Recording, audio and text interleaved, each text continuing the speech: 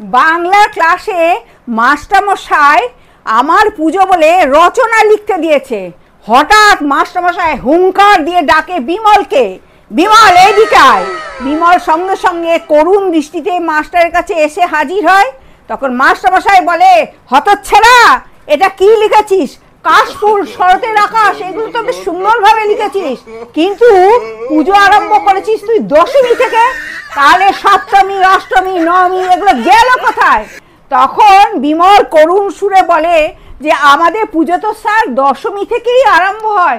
আমার বাবা ঢাক বাজিয়ে যখন ঘরে আসে দশমীর দিন, সেদিনই আমাদের নতুন জামা কাপড় কেনা হয় বা ভালো মন্দ জিনিসপত্র খাওয়ার জন্য কেনা হয়। তখন মাস্টারমশাইয়ের চোখে জল লুকিয়ে মাস্টারমশাই তখন ওই যে বিমলকে যে লাল কালিতে শূন্য লিখেছিল খাতায়, সেটা মোছার জন্য তৈরি হয়।